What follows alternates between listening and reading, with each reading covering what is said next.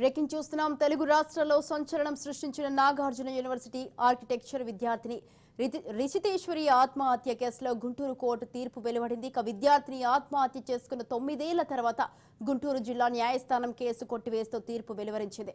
సరైన సాక్ష్యాధారాలు లేనందున ఈ నిర్ణయం తీసుకున్నట్లు వెల్లడించిన జడ్జి 2015 జూలై 14న నాగార్జున యూనివర్సిటీలో విద్యార్థిని రిషితేశ్వరి ఆత్మహత్య చేసుకుంది.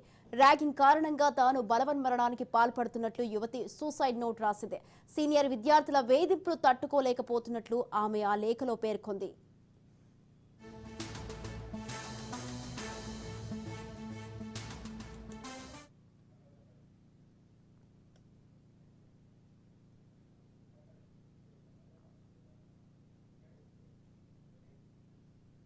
తెలుగు రాష్ట్రాల్లో సంచలనం సృష్టించిన నాగార్జున యూనివర్సిటీ ఆర్కిటెక్చర్ విద్యార్థిని రిషితేశ్వరి ఆత్మహత్య కేసులో గుంటూరు కోర్టు తీర్పు వెలువడింది.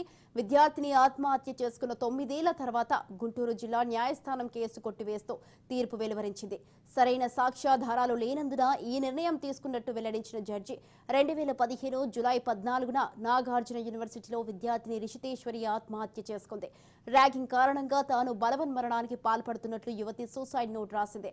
సీనియర్ విద్యార్థుల వేధింపులు తట్టుకోలేకపోతున్నట్లు ఆమె లేఖలో పేర్కొంది.